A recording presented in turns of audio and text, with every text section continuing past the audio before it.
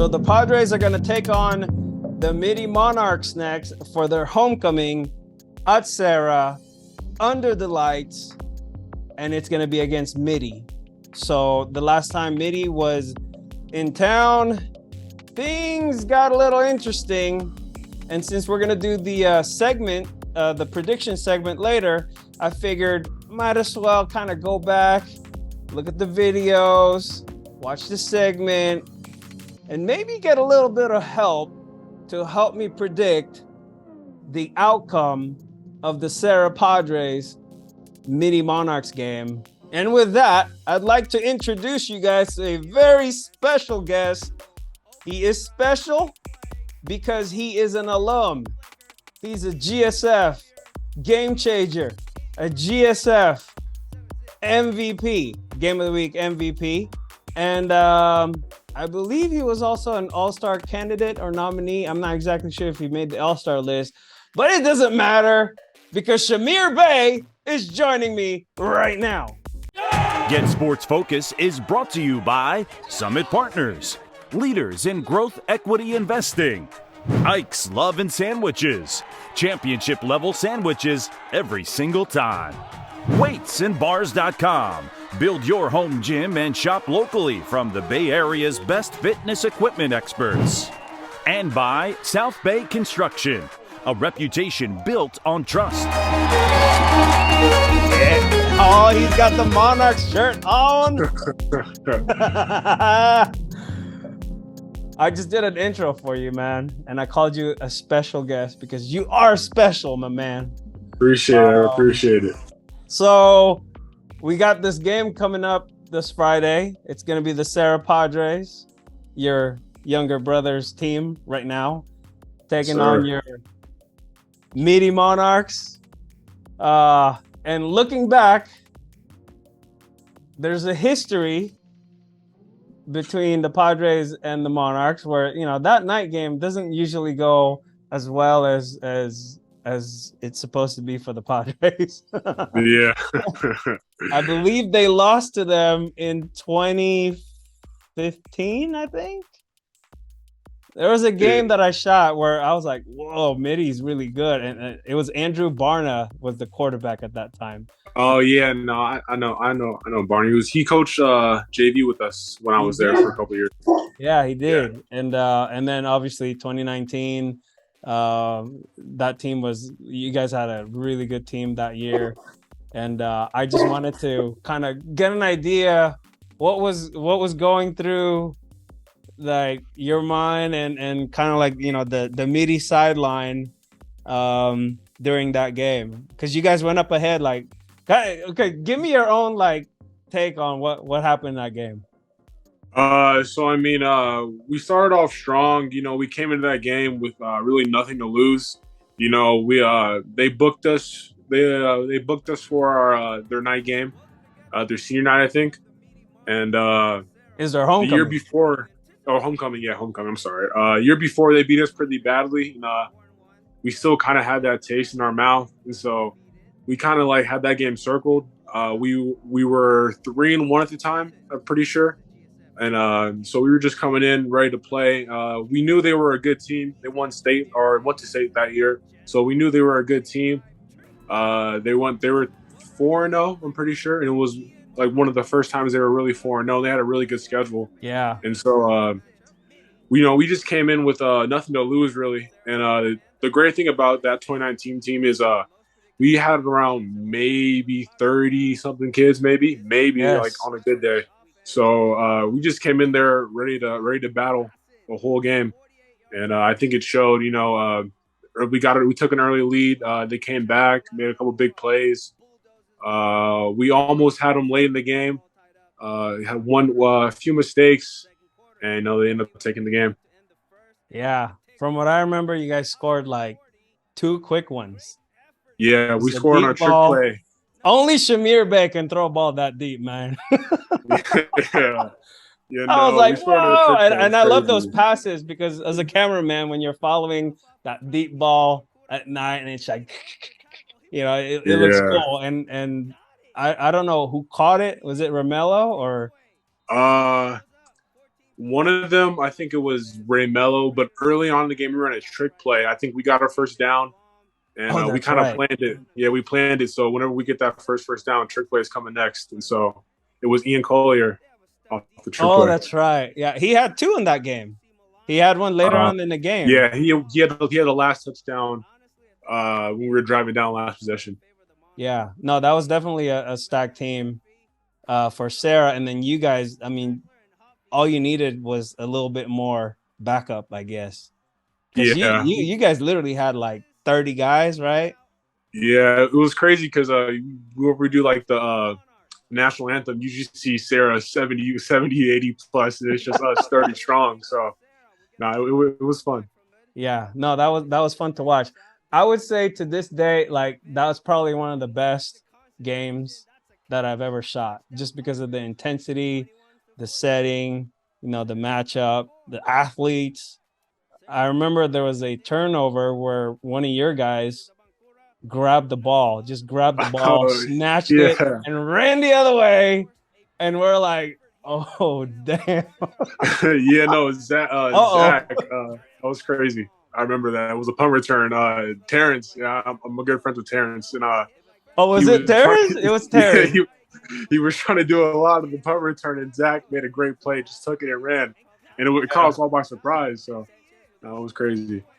And then I think the turning point was when you guys had a touchdown, but I think there was a fumble, like their kicker, Oh yeah, Damon Lewis, like punched the ball out, and then that turned everything kind of sideways. And yeah. but you guys never gave up. That was the really cool thing about that game. You guys kept coming. You guys were like Halloween, like Jason, just kept getting back up. Yeah, no, that was a big credit to our coaches. We had Coach Sione, Coach Will, and Coach Sullivan, and Coach Coloto, Coach Drake. They all instilled in us that we can't quit no matter what. Just because we don't have the numbers doesn't mean that we can't have the heart. So, I mean, that was really big for us that whole year. With just playing to like the last whistle, no matter what the score is, and I think it showed. Even though we lost, I think we showed a lot just to the world and to WCAL for sure. Yeah. And then the following week, you had St. Francis at Yeah, home, and you guys beat them. yeah, And you first were the time in game of the 7 week years. MVP. Yeah, it was a that great was game. that was a great game. So let's go back in time. I know you a freshman starter. Um, Sophomore. you were a sophomore. Yeah. So kind of go back to your days at Mitty and some of those memories and some of the things that you were able to accomplish there. I mean, my sophomore year, I think was a great learning experience. Coming in so young and playing with older guys. Guys like Nick Alfton, Joseph Vaughn, Jake Serpa. Those guys, kind of Oh took me under wow, their wing. yeah. Yeah, and so I think a big memory from that season was when we beat Bellarmine. First game of the season, our first WCAL game of the season. I played terrible the whole game. The nerves got to me. I was a young kid. Nerves got to me, and but they picked me up whole game. We drove down and scored last minute. So that was really big.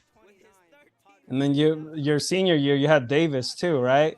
Yeah, Where Davis. is he now? Is he at San Jose State? Yeah, he's a long snapper at San Jose. Davis Long. Yeah, Yeah, he was an animal, man. he was. He had some decleters that I'm like, holy crap! I didn't know somebody could hit like that. Yeah, no, he was something else, man. He went all both ways, and we had maybe 6 linemen, so he's going both ways, and he's always hurt, but he always plays. So and it's nice. It was nice having him. So were you always just a football player when you were at Mitty, or did you play any other sport? I played basketball all the way to my sophomore year.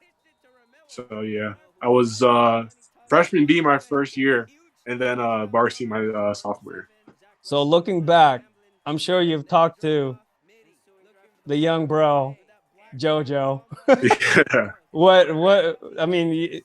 What are some of the advice that you kind of gave him before he got into high school, as far as like being a student athlete in the WCAL? He's been around me for so long, just working out, and he's always with me, like even at every single game. So he kind of had like a good grasp of what to do. And just some advice was just really stay focused in the school. Just make sure you're taking care of school, and everything else will come. he's really mature for his age. Yeah. He's really mature for his age. So I didn't really need to give him much advice. He kind of knew what to do. And, I have a great parents, they take care of us. They do so much for us where it's just, we kind of know what to do and we just follow their lead really. Dude, your parents are cool. I met them. I think it was JoJo's freshman year or right after freshman year. And I finally got to talk to your dad. And I remember an interview that I did with him. And one of the things that we talked about was like, in order to be a D1 athlete, you got to be a D1 parent. And the way he explained it, it was like so detailed that, I mean, what can you kind of give us an idea of what that means exactly? I'm so grateful for my father and my mother. It's just, I think what he means by being a D1 dad is just pushing us past our limits because, there's a lot of kids that don't have, great father figures. And I think, the way he grew up, he tries to give us a better life. And I think he does a great job of that. And whether it's in school, going out having fun or working out, it's just the D1 father is just someone who pushes you to your limits and past it and sees the potential in you, really. Let's not forget D1 mom. D1 mom, too. Yeah, that's D1 mom. Don't forget that. My mom does a great job, too. She great cook, coming home from them long practices, having a good meal is great. And she always she's the grade checker of us, always on top of the schoolwork, has the passwords to all our school stuff to make sure we're on everything. Well, I remember when we were scheduling that interview, it's like every time I talk to your dad, he's on the road. It's like, oh, we're going to San Ramon. Oh, we're going to San Jose. Oh, we're on our way back from practice. We're on our way back from workout. I was like, dude, you're always on the road driving. Yeah, I know. We're everywhere. We're everywhere. Just always trying to get better somehow. Nice. So let's talk about you now. Currently, you are a Foothill Owl. Sure. When you graduated 2019, right? In high school? 2020. I mean, 2020. That was COVID year. Yes, sir. And then, I mean, stuff happened. What was that like for you? I mean, you basically didn't finish high school in a way because not really. You had to do like online stuff, and then you started college online. Yeah. I don't know what happened there, but kind of go through that whole ordeal and what you went through. I mean, COVID took a lot of us by surprise. It took a toll on not just me, but a lot of athletes' mental health. Because a lot of us don't really get to play. Like football or sports in general is a way to express ourselves, especially for me. And I think when it gets taken away from you, it's hard to find things to cope with. And I know I experienced some of that where it's just like, is it ever going to go back to normal? Am I going to play again? And it took a toll on my mental health. But my parents picked me up. They made sure I was okay. A lot of friends. Those long quarantine days. You got to find something to do. So yeah, and that's pretty much it. It's just it was rough for a while, but I feel like we're getting past that. A lot of things turning back to normal, and it's just great just to have football back. Nice. And I know you were at CSM for what, a year or two? 2 years. Yeah, 2 years. 2 years, and then you made a transition to stay a little bit closer to home, I would assume. Yeah. With Foothill. I know Coach Coleman. Obviously, Brandon Younger's there too. He's one of the awesome dudes that I know. I kind of got to know some of the coaches there because of our football camps. But tell me about Foothill, your future there, and just kind of like, what's been going on with you these past few weeks. Yeah, so I transferred to Foothill. Things at CSM didn't really work out. There's nothing wrong with CSM. They have great coaches. Coach Chi is a great guy. Coach Dove's a great guy, a really big mentor of mine. It just didn't work out the way I wanted to. So decided to go to Foothill, got in contact with Coach Rav. He's a great guy, a great coach, really passionate about it, And we know we have a lot of talent there. We have guys like Alex Morel, Elijah Thomas, Antonio Gonzalez, Tooney's there too. Yeah, a lot of great guys. So I mean, it's just been a learning experience, really. I can't play after the red shirt just for some rule. I have to do a semester at the school, so redshirting now. But it's just nice getting a little change of speed. Getting around new faces. Learning and just trying to get better. Really, that's the end goal. Nice. Yeah, I talked to your dad for a bit via text, and he was telling me that, man, you're killing in practice. Yeah. So that's awesome, man. Yeah. I'm just trying to give the first team defense a good look. I try to help any way I can. It's tough not playing, but I try to stay engaged with any way I can, really.